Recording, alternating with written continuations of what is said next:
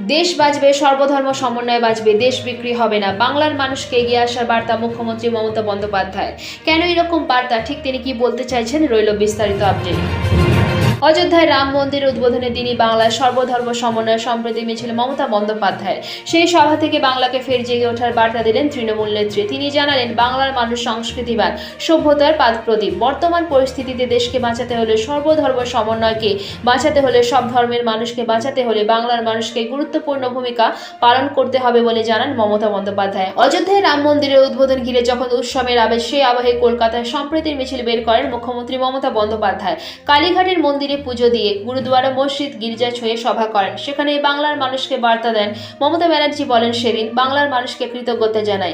আপনারা সংস্কৃতিবান মানুষ, সভ্যতার পাদপ্রদীপ। আপনাদের ঘরে আলোকিত হয়েছিল সভ্যতার আলো। আপনাদের সবাইকে প্রণাম জানাই। আজ বাংলার মানুষকে গুরুত্বপূর্ণ ভূমিকা পালন করতে হবে। দেশ বাঁচবে, সর্বধর্ম বাঁচবে, রামকৃষ্ণ বাঁচবেন, বিবেকানন্দ বাঁচবেন, সব ধর্মের মানুষ বাঁচবেন। ভোট কাছে এলে একটা দল দেশকে বিক্রি করে দিতে চলে যায়, আমার লজ্জা লাগে। মমতা ব্যানার্জি এদিন বলেন, কেউ রামের পুজো করেন, কেউ আল্লাহর পুজো করেন, আমার কোনো আপত্তি নেই। আমার আপত্তি এক জায়গায়, যে দেশের বেকারের সংখ্যা কোটি কোটি, দেশের টাকা কোথায় গিয়েছে, কিভাবে গিয়েছে কেউ জানে না। যে দেশে মানুষের মৃত্যুর সংখ্যা সর্বাধিক, যে দেশে বিভিন্ন রাজ্যের মানুষ ডিম, মাছ, মাংস খায়, আমি নিজেও খাই। কেউ ঠিক করে দিতে পারে না কে কি খাবে, কে কি পড়বে। ভিন্ন ধর্মের, ভিন্ন সংস্কৃতির মানুষকে নেই আমাদের দেশ। কে কি খাবেন, কে কি পড়বেন, তা নিয়ে আপত্তিকর কি আছে?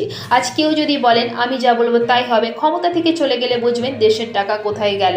কেন্দ্রকে আক্রমণ করে এদিন ফের মুখ্যমন্ত্রী মমতা বন্দ্যোপাধ্যায় সরব হন।